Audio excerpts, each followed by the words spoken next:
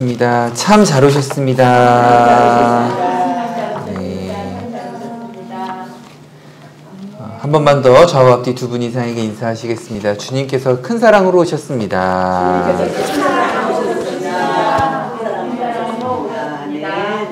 우리 기독교 교회 절기상 이번 주일이 1년의 시작이 되는 주일입니다. 대림절, 대강절이라는 절기인데요. 대림, 대강. 대라는 건 기대한다라는 거죠. 기다린다는 겁니다. 주님이 오시는 것을 기다리는 4주간의 절기. 왜 4주입니까? 4주 후에는 성탄절을 맞이하게 되죠. 성탄절 주님이 오시니까 그 주님이 오시는 것을 기다린다. 이건 아마 원래는 구약시대의 사람들이 그렇게 했었어야 했죠. 예수님이 오시기 전에 기다리는 마음. 그걸 이제 우리가 같이 품고, 이 시대에 우리는 예수님은 이미 2000년 전에 오셨었지만 다시 오실 예수님을 기다리는 마음으로 2000년 전의 성탄절을 기억하면서 우리 다시 오실 주님을 그렇게 기대하고 기다리는 마음을 이제 배우는 것이 4주간의 시간이 됩니다. 정확히는 성탄절이 아니라 오신 예수님을 기뻐하고 다시 오실 예수님을 맞이하는 이제 좋은 연습의 기간이기도 하고, 실제로 또 주님께서 4주 후에 오실 수도 있으시죠. 그 주님을 기뻐하는 저 여러분 되셨으면 좋겠습니다. 성경 말씀 한 절 잠깐 보실 텐데, 구약 성경으로 잠깐, 오늘 이제 데살로니가서 전서 말씀은 손가락에 이렇게 껴두시고 예레미야서 33장 말씀 한번 잠깐 보시겠습니다. 예레미야서 33장 14절부터 16절. 제가 가진 성경은 구약 1106쪽에 있습니다. 예레미야서 33장 14절부터 16절입니다.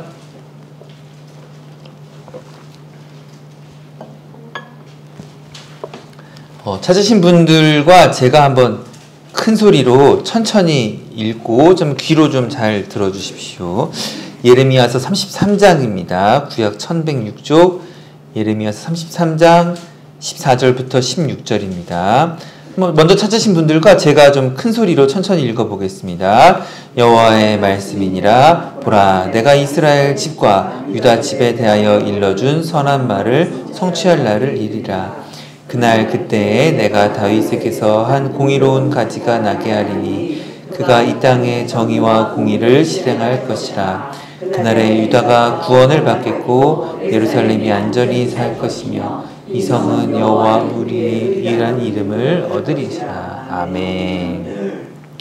보라, 이스라엘과 유다 집에 대하여 일러준 선한 말이 성취할 날이 이르리라.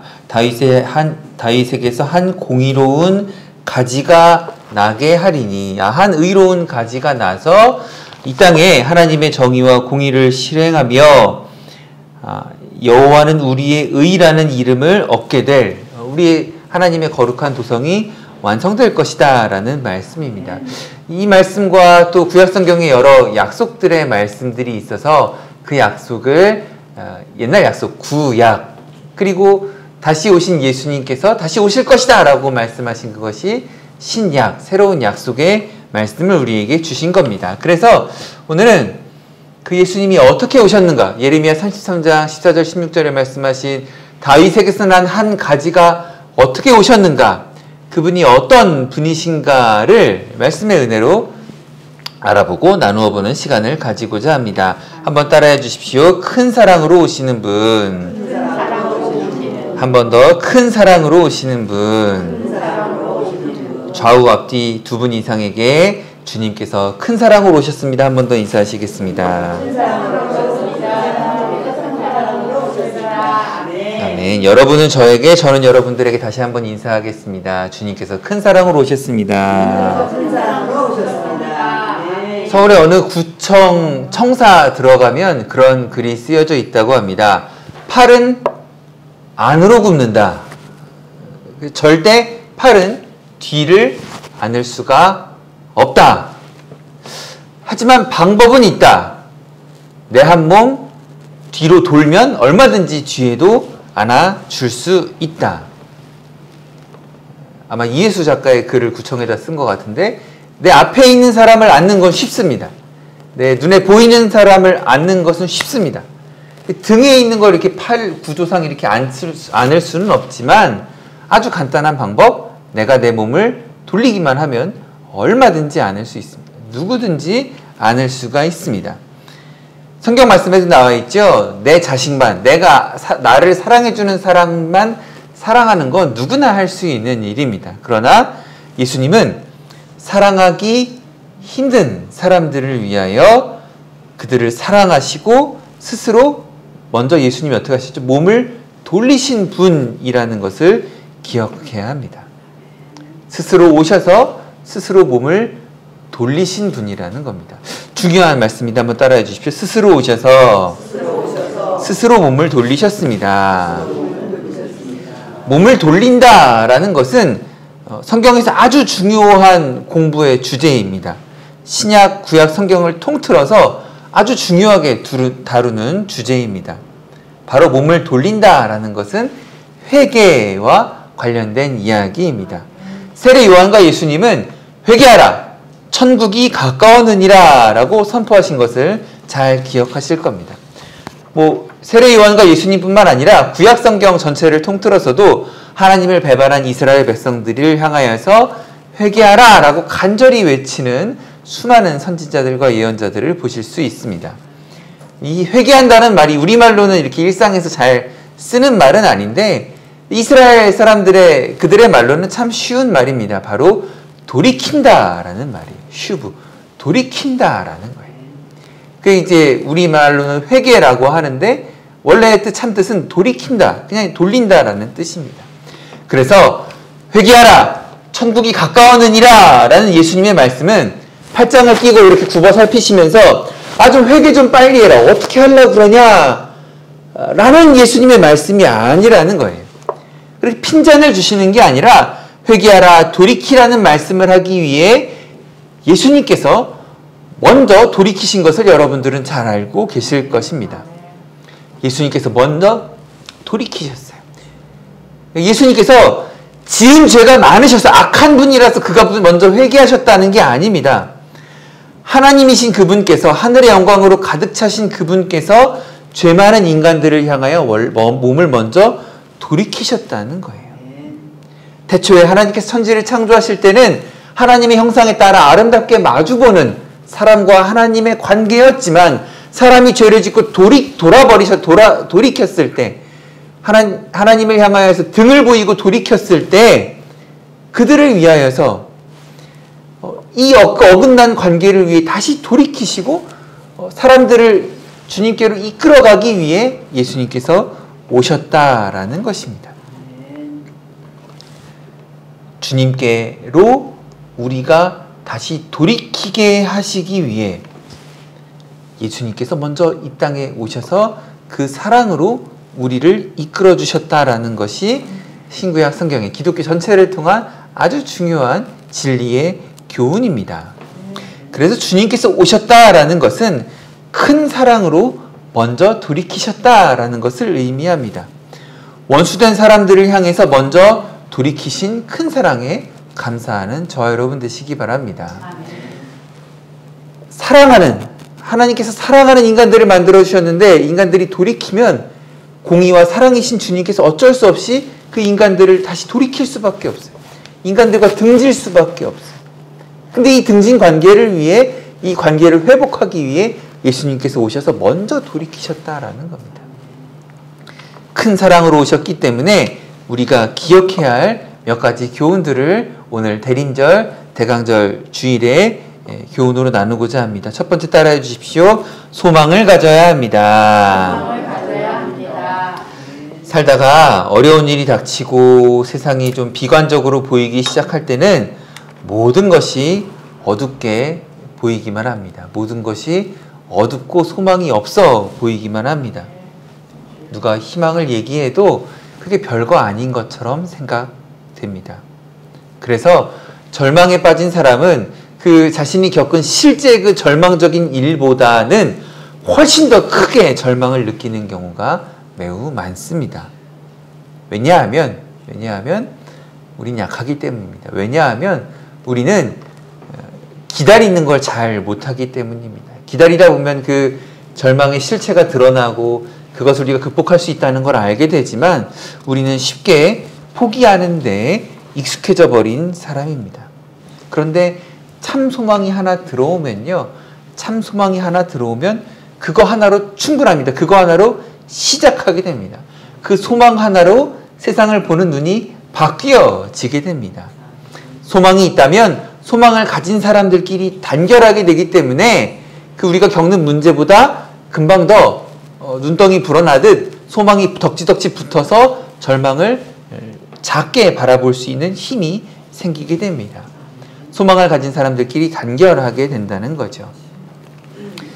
본문 말씀은 우리가 오늘 데살로니가 전서 3장 9절부터 13절까지의 말씀을 읽었는데 바울이 전도 여행으로 세운 교회들에 관한 이야기입니다.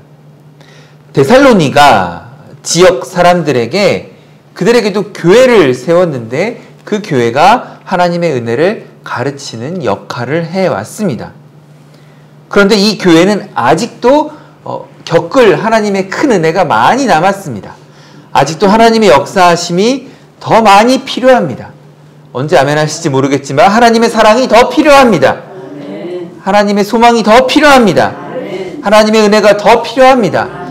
이미 겪은 하나님의 은혜도 많지만 앞으로 경험할 하나님의 은혜도 굉장히 많습니다. 이미 겪은 하나님의 역사하심도 많지만 앞으로 겪을 하나님의 역사하심도 굉장히 많습니다. 그 데살로니가 교회를 생각할 때에 바울이 그 교회에 빨리 좀 더 가보고 싶은 거예요. 그 교회가 하나님의 말씀을 잘 듣고 은혜를 받았던 것도 알고 있지만 더 큰 은혜가 그 교회에 임할 것을 알기 때문에 바울이 빨리 좀 그 데살로니가 교회에 가고 싶은 거예요. 데살로니가 교회도 마찬가지입니다. 우리가 이미 겪은 은혜가 많지만 빨리 더 바울 선생님 빨리 만나서 더 꿀처럼 다른 그 말씀 더 배우고 하나님의 사랑을 더 느끼고 싶고 더 경험하고 싶은 마음이 그 교회에 가득했다는 겁니다. 아멘이십니까? 하나님의 사랑을 더 배우고 싶고 이미 많이 배웠어요. 이미 많은 은혜를 겪었어요. 하지만 더 많은 은혜를 겪고 싶다. 더 많은 사랑을 배우고 싶다. 아멘이십니까? 그 마음이 서로 통했던 것 같습니다. 바울과 데살로니가 교회들이 서로 통했던 것 같습니다. 함께 오늘 데살로니가 전서 3장 13절 말씀 한번 여러분들이 큰 소리로 읽어주시겠습니까? 너희 마음을 굳건하게 하시고 우리 주 예수께서 그의 모든 성도와 함께 강림하실 때에 하나님 우리 아버지 앞에서 거룩함을 의미 없게 하기를 원하노라. 강림하실 때에 그것이 하나의 소망이 됩니다. 바울에게도 소망이 되고 데살로니가 교인들에게도 소망이 됩니다. 우리의 삶은 죄로 얼룩지고 고통의 무게에 짓눌릴 때가 많지만 다시 오실 주님은 그 어두움의 권세를 끊으실 분이라는 겁니다. 그러니까 바울의 이 고백이 여러분들이 얼마나 참 위대한 고백인지 모르겠습니다. 데살로니가 교회 성도들 너무 보고 싶다. 데살로니가 교회 성도들도 우리 바울 선생님 얼른 보고 싶다. 빨리 주님의 말씀 전하는 거 너무 보고 싶다라고 했지만 바울도 사실은 성경 전체를 통해 데살로니가 교인들 보고 싶다라고 말했지만 더 중요한 게 있는데 13절 주께서 강림하실 때에 이게 더 중요하다는 거예요. 나는 데살로니가 교인들 보고 싶어요. 데살로니가 교인들도 나를 보고 싶어해요. 빨리 만나고 싶어요. 그거 너무 중요해요. 빨리 만나서 하나님의 말씀을 나도 가르치고 싶고 그 말씀을 경험하고 싶고 하나님의 사랑을 교류하고 싶고 은혜를 풍성히 누리고 싶어요. 근데 그거보다 더 중요한 게 있어요. 주께서 강림하실 때에 주님을 만나는 게 더 중요하구나. 주님의 다시 오심을 기다리는 것도 너무 중요하구나. 그게 더 중요하구나. 그게 제일 중요하구나. 우리 언젠가 데살로니가 교회 성도들과 바울이 만나는 것도 너무나 중요하지만 정말로 데살로니가 교인들이 정말로 기다려야 할 것은 주님이 다시 오실 때에, 주님이 다시 강림하실 때에 이것이 바울의 너무나도 깊고 뜨겁고 중요한 사랑의 마음이 아닌가 생각을 해봅니다. 동의하십니까?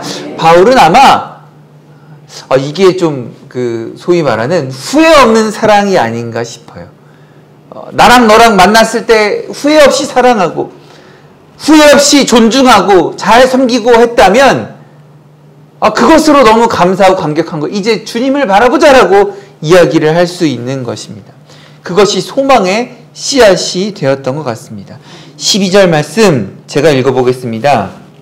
주께서 우리가 너희를 사랑함과 같이 너희도 피차간의 모든 사람에 대한 사랑이 더욱 많아 넘치게 하라. 얼마나 우리가 말하면 좀 약간 교만할 수 있는데 바울이 말하니까 얼마나 멋있는 고백인지 모릅니다. 바울과 바울의 동역자들이 데살로니가 교회 성도들을 향하여 말합니다. 우리가 너희를 사랑한 것 같이. 최선을 다해 사랑했다는 거예요. 비록 지금도 보고 싶고 더 만나고 싶고 더 은혜의 교제를 하고 싶지만 예전에 우리 만났을 때 최선을 다해 이미 뜨겁게 사랑을 했다는 거예요. 하나님의 말씀을 최대한 열심히 가르쳤다는 거예요.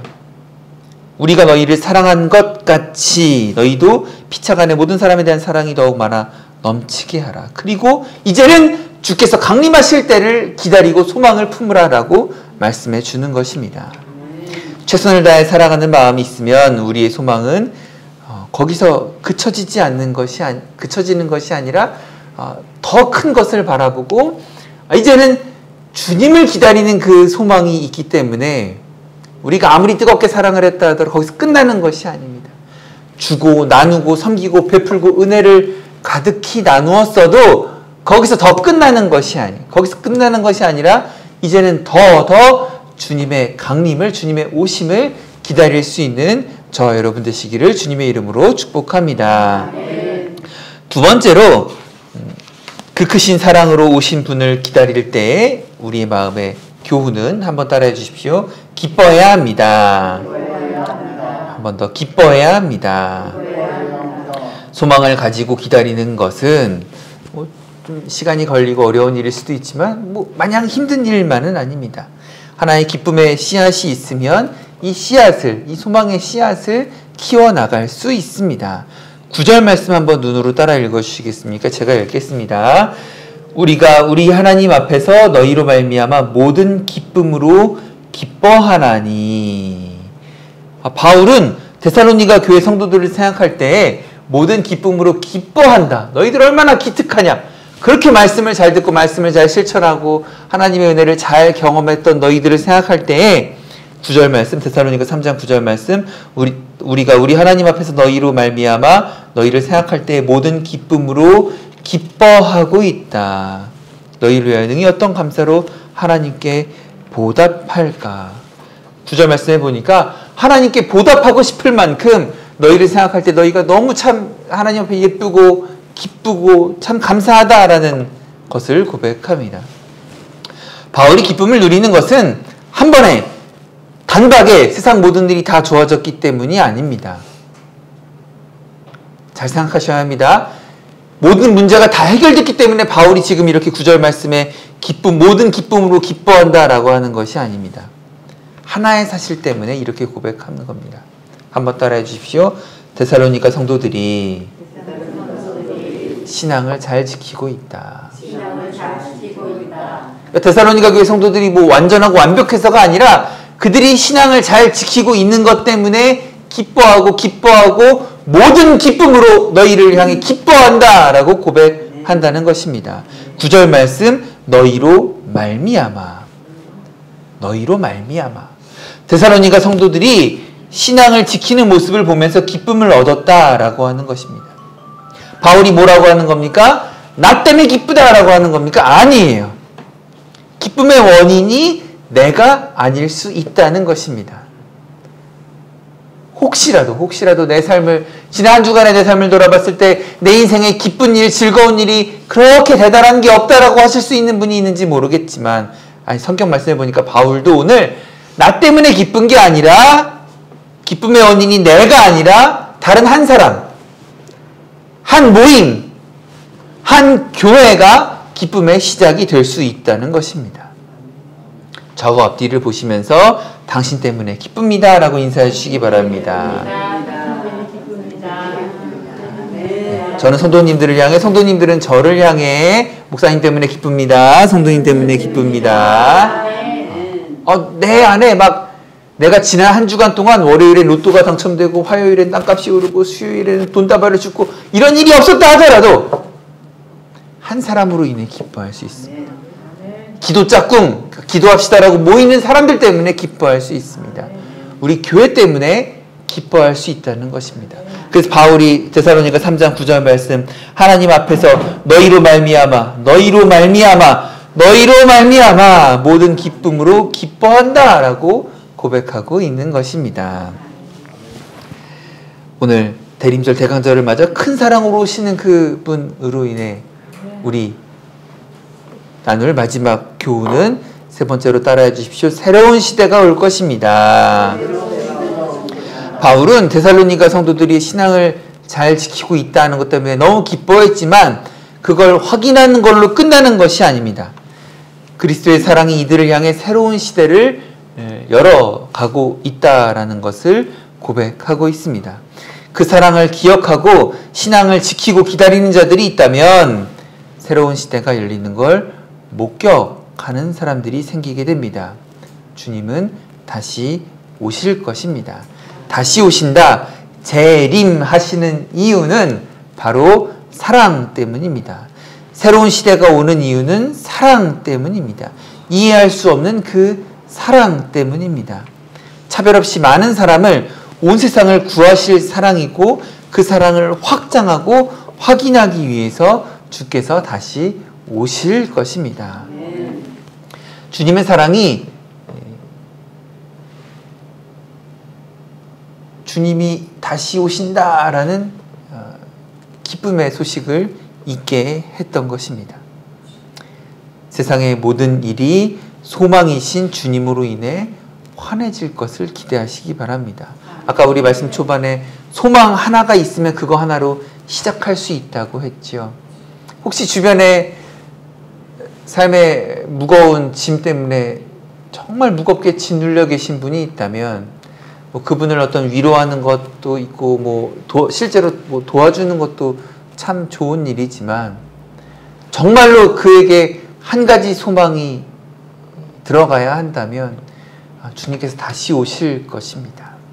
성경 말씀해 보니까 바울이 여러 가지 좋은 일이 있지만 주님께서 다시 오신다라는 그 고백이 신약성경의 성도들에게 너무나 큰 소망이 되었다라는 것을 좀 담담하게 좀 이렇게 전하는 것도 하나의 중요한 위로의 방법이 될 수 있다는 것을 좀 기억해 두셨으면 좋겠습니다. 주님께서 다시 오실 것입니다. 왜 정말로 할 말 없을 때 있잖아요. 정말로 이 사람이 낙심하고 힘들어하는데 우리가 도와줄 수 있는 게 없어. 할 수 있는 말이 없어. 야, 힘내, 잘해. 그 말이 되게 공허하게 들릴 수밖에 없을 때에 때로는 진심으로 기도하고 전해 주십시오. 기도할게. 주님께 다시 오실 주님으로 말미암아 네가 소망을 회복하기를 기도할게. 사랑하는 집사님, 권사님, 너무 힘든 거 알지만 다시 오실 주님으로 말미암아 소망이 회복되시기를 기도할게요. 그리고 그렇게 기도하는 중에 그 새로운 주님의 시대가 오시는 것이 소망의 씨앗이 될 것임을 좀 확인하고 그것으로 위로할 수 있고 또 그것 때문에 또 인내에 어떤 힘을 얻을 수 있도록 좀 격려해 줄 수 있는 저와 여러분 되셨으면 좋겠습니다. 주님의 사랑이 소망을 품게 만들 것입니다. 참된 사랑은 구별하고 쪼개고 밀어내는 것이 아니라 나누는 것이 아니라 참된 사랑은 구석구석을 밝게 비추어내는 것이 바로 참된 사랑입니다. 함께 12절 말씀 데살로니가전서 3장 12절 굉장히 중요한 말씀입니다. 한번 큰 소리로 읽어주십시오. 또 주께서 우리가 너희를 사랑과 같이 너희도 피차 안에 모든 사람에 대한 사랑이 더욱 많아지게 하라. 모든 사람에 대한 사랑을 고백한다라는 것은 사실 그렇게 하기 힘듭니다. 어떻게 모든 사람을 사랑합니까? 하지만 이것은 내가 주님의 사랑을 담겠다라는 고백입니다. 저는 못합니다. 나는 못합니다. 굉장히 어렵습니다. 어떻게 모든 사람을 사랑합니까? 정말 내 뒤통수를 세게 친 그놈의 자식을 내가 어떻게 사랑합니까? 너무 어렵습니다. 그런데 주님께서 그렇게 사랑하셨다라는 것을 고백하고 내가 그것을 좀 더 배우길 원한다라는 고백만으로도 새로운 시대가 열리게 되는 것을 주님의 이름으로 믿으시기 바랍니다. 나는 못합니다. 하지만 하나님은 모두를 사랑하십니다라는 이 부끄러운 고백으로, 이 작은 고백으로 세상에 참된 사랑의 새 시대를 이끌어오는 신호가 될 수 있다라는 것입니다. 나는 못하고 나는 어렵지만 조금씩 그래도 한번 바꾸어가 보는 겁니다. 그래도 한번 조금씩 바꾸어 보려고 노력해 본다는 것입니다. 코로나 때문에 다들 집에 있는 시간들이 많아지다 보니까 집을 가꾸는 일에, 꾸미는 일에 많은 사람들이 돈과 시간을 쏟는다고 합니다. 아니면은 강아지를 키우는 사람들도 많이 늘어났다고 하고 고양이를 키우는 사람도 많이 늘어났다고 합니다. 또 많이 발전한 것 중에 하나가 식물 키우는 일에 많은 사람들이 관심을 갖고 에너지를 쏟는다고 합니다. 코로나 때문에 처음에는 화환, 꽃다발 이런 걸 못 만들어가지고 이런 화훼 산업, 원예 사업이 엄청난 위기가 왔다라고 했지만 다시금 사람들이 집안에다가 화분을 놓고 가꾸기 시작하면서 통계에 따라서 어떤 사람들은 2배 늘었다. 어떤 사람들은 원예 시장이 3배 가까운 규모로 우리나라가 커졌다. 또 어떤 사람들은 4배까지라고도 말하시는 분들을 보았습니다. 너무나 이게 금전적으로도 큰 시장이 되어가고 해외에서도 이 화분 하나를 주문하려고 외국에 우리나라에 없는 화분을 주문하느라 그런 일들도 많이 일어난다고 합니다. 그러는 중에 또 좋아하시는 분들은 또 이끼를 좋아하시는 분들도 되게 많다고 합니다. 특이한 이끼, 우리나라에 없는 이끼, 굉장히 좀 되게 특이한 취미가 되는 것 같습니다. 근데 나무를 잘 가꾸다 보면 화분 밑에 이렇게 좀 예쁜 이끼들이 또 보슬보슬하게 끼어 있으면 또 보기 좋기도 하죠. 이 이끼가 하는 일도 참 대단하다고 합니다. 1980년대 이미 영국에서 있었던 일이라고 하는데, 영국은 산업이 발전하다 보니까 목재가 더 필요한 거예요. 목재 생산을 위해서 습지 지대에 이끼들을 다 좀 밀어내고 거기에 나무를 많이 심었다라고 합니다. 나무 심는 건 좋은 일이죠. 나무 많이 심는 걸 누가 나쁜 일이라고 하겠습니까? 나무를 많이 심었는데 보니까 공기 중에 이산화탄소가 정화하는 기능이 사실은 같은 면적을 봤을 때 이끼가 훨씬 더 많은 일을 한대요. 같은 면적을 봤을 때 이끼가 이산화탄소 바꾸는 걸 나무가 하는 것보다 더 많은 일을 한다라는 것입니다. 그래서 왜 영국은 오래전부터 공기오염, 대기오염 문제가 심각했지 않습니까? 이산화탄소 문제가 이끼를 밀어내고, 스코틀랜드 지역이 굉장히 넓은 지역이라고 하는데 이끼를 밀어내고 나무를 심으니까 나무가 이끼만 못한 거예요. 물론 목재 생산에는 좋은 일이지만 이산화탄소를 정화하는 데 이끼가 일을 더 잘해왔던 거예요. 그래서 90년대 후반에 다시 스코틀랜드 지역에 나무를 다시 밀어내고 이끼를 다시 습지지대를 복원했다라는 것을 뉴스를 보게 됩니다. 우리나라도 그래서 습지 조성 사업에 꽤 많은 공을 들이는 것으로 알고 있습니다. 좋은 일을 위해 소망을 가지고 일을 하다 보면, 기다리다 보면 잘못된 일을 할 수도 있습니다. 잘못된 길로 잠깐 갈 수도 있습니다. 계산기를 잘못 두드려서 잠깐 잘못된 결과를 만나게 될 수도 있습니다. 하지만 주님의 재림을 기다리면서 고쳐나가고 바꾸어 나가고 내 몸과 내 삶도 돌이키면서 큰 사랑으로 오신 주님의 나라를 이루어가고 경험해가는 저와 여러분 되시기를 주님의 이름으로 축복합니다. 잠깐 말씀을 생각하시면서 기도하시겠습니다. 큰 사랑으로 오신